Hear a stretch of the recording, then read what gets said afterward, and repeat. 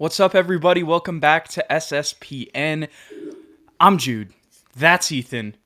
We got playing basketball this Wednesday. The Spurs have a game on national TV. They have a game that actually matters, which that's kind of been the theme over the past couple of weeks as the end of the season has come to a close. And just before the season, with the uncertainty, with this really being the first year with DeJounte at the helm, and it being a team full of young guys with an average age of 24, the youngest roster Pop's ever coached, somehow they find themselves with, still they got a little foot in the door there to see if they can maybe squeeze into the playoffs just to get some experience this year. That's essentially all that it would be. Ethan, what are just kind of before we get into the game itself, what are your thoughts on the Spurs just getting here? I'm super impressed, honestly, because at the beginning of the season, it looked like we were going to be at the bottom of the West, despite both of our predictions that they were probably around the 10th seed as far as like what we thought their potential would be. But it started off really, really rough, and some guys like Derek White weren't really playing up to par. And then we had a bunch of roster movement at the trade deadline, and we really caught fire behind DeJounte Murray. Keldon Johnson started to emerge, Josh Richardson, of course, and the Lakers obviously imploded, and here we are at the 10th seed. So I honestly, the logical part of my brain, Jude, would say, oh, we have no chance of winning even one game in the play-in. Let's just be happy to be here. Man, but I don't know because the Spurs have been on fire as of late, and they just added DJ back into the lineup. He was out for a few games. So it's, anybody's guess at this point. Yeah, I think that was the biggest thing down the stretch. Obviously, two of those games that ended up clinching the play-in, I've mentioned this before, it was the Trailblazers, so there's Yes. not really much else that needs to be said, but still, the fact that the Spurs took care of business in three straight games, and one of those games against that Jokic Nuggets team Hmm. without DeJounte in blowout fashion is still impressive and says a lot about the growth that has happened this year. And I think you also point out that, this is kind of the story for both of these two teams. It's really the post All-Star break switch. The Lakers imploding was also key to the Hmm. Pelicans jumping up. And also their trade for CJ McCollum was huge to allowing them to kind of giving them some firepower with Zion out. But going back to the Spurs, man, you have the emergence of Keldon Johnson. Also, you have Lonnie Walker, who also really stepped up. I think that's going to be a key in this upcoming game. There will be a lot of keys. We'll dive into it, but really kind of that switch that flipped with the Spurs just playing a little bit more controlled, playing a little bit more free, a little bit more open with more shooters, and just a little bit less guards that kind of cleared the way. Everybody having a little bit more defined roles and rotations. I think that really helped out the Spurs in the second half of the year.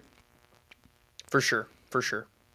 Now let's switch to the Pelicans, which is who the Spurs are going to play. Ethan, I was thinking about this right before we came on and started recording, and it was like I'm thinking about other players. I'm like, oh, they kind of got a big three, even with Zion out. Like they got CJ, they got Valanciunas, and they got Brandon Ingram. I mean, that's a pretty good point guard, Hmm. three, your wing, and then your big combo as a Yeah. starting lineup there. And then on top of that, you forget about it, they have freaking Herb Jones, who has just been a complete absolute monster this year, one of your favorite players. Hmm. What are your thoughts on the depth of this team? I haven't even mentioned another feel-good story in the NBA, Jose Alvarado, their backup point guard, who is nasty and a problem. What are your thoughts on just kind of this overall roster? And then I gotta let you have your time to talk about Herb Jones, Ethan. Yeah, man. What scares me about the Pelicans is they have so many guys with chips on their shoulders. I mean, Brandon Ingram getting traded from the Lakers back then, he's got something to prove, averaging 25 since the All-Star break. Obviously, he's going to be a big problem trying to lock him down. He's like 6'10 with long arms. Who's going to guard him? It's going to be KJ. Is going to be Devin. Like we just have a mismatch there at that small forward position, and then CJ being that steady hand obviously is going to give them a lot, especially going into the postseason. But what scares me most of all is their big depth because they can play Hayes and Valanciunas next to each other at the 4 and 5, and both guys are super imposing with their size. And then we really only have Jakob Pertl, and I guess we have Zach Collins as well coming off the bench, but we rarely see them on the court together. So is that something we're going to have to play with? Is their size going to be a problem for us going into this game? I think so. And then also they have Hernan Gomez off the bench with 9 points a game, who's another capable big, Larry Nance Jr. And like you said, Herb Jones is technically a three, but he can guard three or four really at any time. They play Trey Murphy on the perimeter, but he can Hmm. play 2 through 4. They are So a difficult team to stop inside. And yeah, and we've seen Valanciunas, especially last year's playing game, give the business to Jakob Pertl. So he's done it earlier this year, I believe, mhm, too, he in a has. Pelicans game. Yeah. So I think that's going to be the key, Ethan. Not to interrupt you here, but No, go ahead. really, it's going to be those points in the paint. But it's interesting because the Spurs are like one of the highest scoring points in the paint teams in the league. But I really think that the post matchups are going to be the key in this game for sure because if they can outmuscle the Spurs and just get a couple extra chances, they have guys that are going to make shots. Unless the Pelicans just completely implode, if they are able to dominate the offensive boards throughout this game, I really think that that's going to make this one a super tough win for the Spurs if that happens. Mhm. But you may see the return of the Yak and Jock combo. It's true. And imagine if that ends up working. That would be crazy. I don't want to bet on that obviously, just because of the fact that Jonas Valanciunas and Jackson Hayes is way more experience and chemistry playing together than Jakob Poeltl and rookie Hmm. Jock Landale.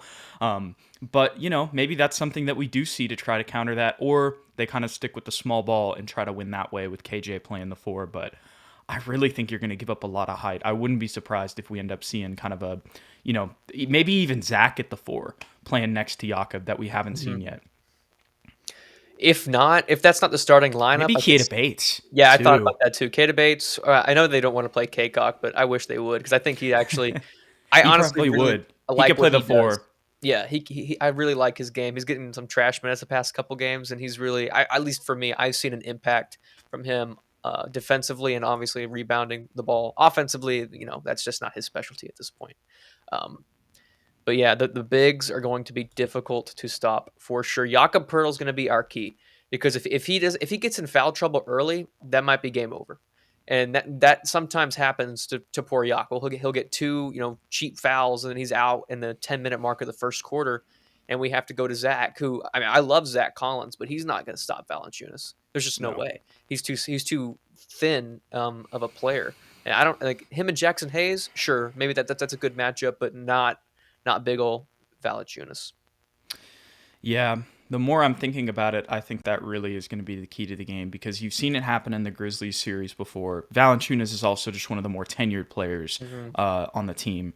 So Yeah. I think, I mean, you never know. I could be completely wrong on this, but I think we're going to see a lot of CJ McCollum, Jonas Valanciunas pick and rolls in this game just because they're two tenured veterans. And then when you do that, that allows BI to kind of play on the perimeter. And when Yeah. you have those two guys drawing that type of attention, that's going to open up a lot of looks for him on the perimeter. But I mean, you can run a BI Jonas Valanciunas pick and roll and then do the same thing with CJ because they're both shooters. So this is a really deep team. It's Yeah. a really deep team. But I don't think you got to get to Herb Jones, Ethan. Tell me about what you think of this kid, man. I mean, offensively, he's only averaging 9 points a game, and so if you just look at the box score, you're like, "Oh, he's just a role player." But defensively is where he earns his paycheck, Jude. This guy can lock down pretty much 1 through 4, um, on any given night. I mean, just look up his highlights defensively. The dude is an absolute stopper. So he's going to take somebody out of the game. So it's either going to be Keldon that he's going to try and lock up, or it's going to be Devin that he's going to lock up. But one of them's going to be pretty limited. So the other one is going to really have to go off. And I know we have DeJounte Murray, who usually takes most of the offensive load, but we still need one of our Robins to kind of emerge in this game because offensively, I don't know if Jakob's going to be that big of a help because he's going to have so much of his energy devoted to the defensive end. You know what I mean? So Herb No, I Jones agree with is that. just he's I don't even know how you game plan for that guy.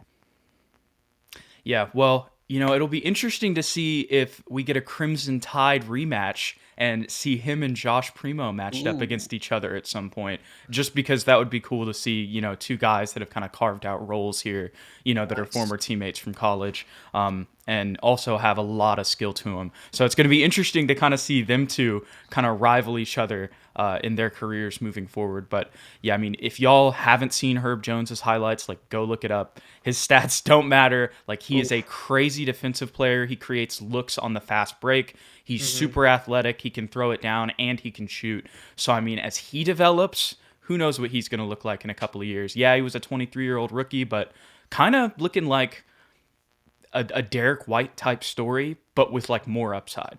So that will be very interesting to watch his career. But let's go ahead and go back to the Spurs, Ethan. What are some of the keys that you feel like what are some things that the Spurs have to do in this game that is kind of in their control in order to win? Like things that they need to do, not things they need to stop the Pelicans from doing. I feel like you're going to need 20 from DeJounte and Keldon, minimum. Yeah. To me, the first thing would be make DeJounte facilitate early. Get everybody else involved. Get their confidence up. Find out who's playing well tonight. Is it going to be KJ?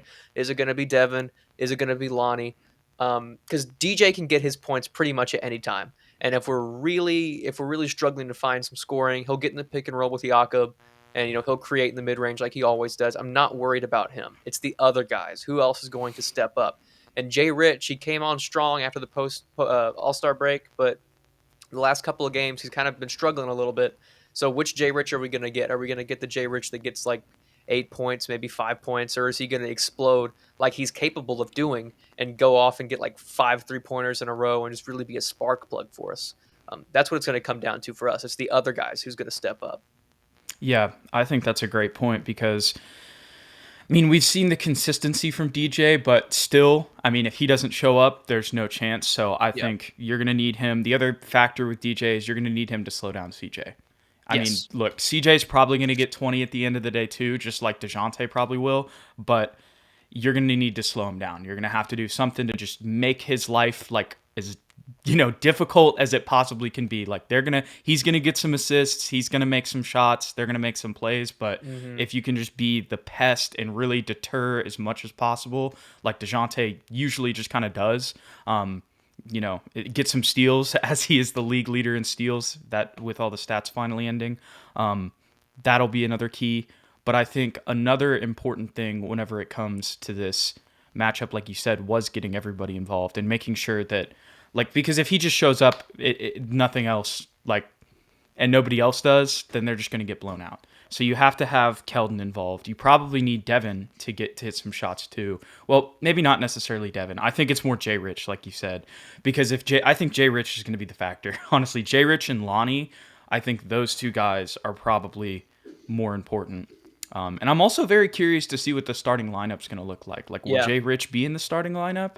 Because if he's going to be in the starting lineup, I mean, it's not really going to change too much. You're still going to need him to probably be like a 15 to 18 point scorer in this game too. But, that would kind of put him in more of the off-ball shooter role where then Lonnie off the bench would be more of the ball handler. Well, if they're having Jay Rich off the bench, it'll probably be a mix of both of them being ball handlers. So that's kind of Yeah. what I'm curious to see how they utilize those two guys, because in this kind of stretch where the Spurs have had success after the All-Star break, those have been two guys that have kind of been inconsistent, but when they have had good games, the Spurs have won, like guaranteed to win almost. So if Keldon and DeJounte can be consistent, I think it's really going to come down to like those two guys. But the thing is, like, if one of those guys isn't consistent, then you're in a real hole. Where Hmm. I feel like the Pelicans might have a little bit more depth. But So I was about to say, I don't know if their bench unit is as good as our bench unit. okay, I know Jose Alvarado got hot like last time or the time Trey before. Murphy is solid. Yeah, but I still like Trey Jones and Lonnie and Zach Collins. I don't think we really lose that much when our bench comes in, at least as of late. It feels like we almost kind of pull away or get back into the game when our second unit has come in the past couple weeks. Primo too. Primo as I well. forget So, about Trey Jones, man, mhm. because he can put people like he can even if Lonnie like isn't having a great game, like Trey Jones can set him up or put him in like a place that's still Yeah. beneficial to the offense. And Yes. so now that's there's the key, I guess, with that. Can Trey Jones facilitate and keep everything together in a situation like this? Because this is his first time getting big time minutes in a game like this. and him and Jose Alvarado. That will be a fun matchup because those are Mm-hmm. two pesky, or no, not pesky, Scrappy. Yeah. pesky, scrappy backup point guards. But I guess as we're kind of going to wrap this thing up here, Ethan, what are kind of your final thoughts on this one? And I guess we'll give an official prediction. It's going to be tight all the way down to the wire, in my opinion, and it's going to come down to Jakob Poeltl and foul trouble. If he cannot stay in the game, we will lose. Oh Lord, free throws! I can already see it. Yeah, that's going to be oof. Yeah. So I think it's going to be a tight one too,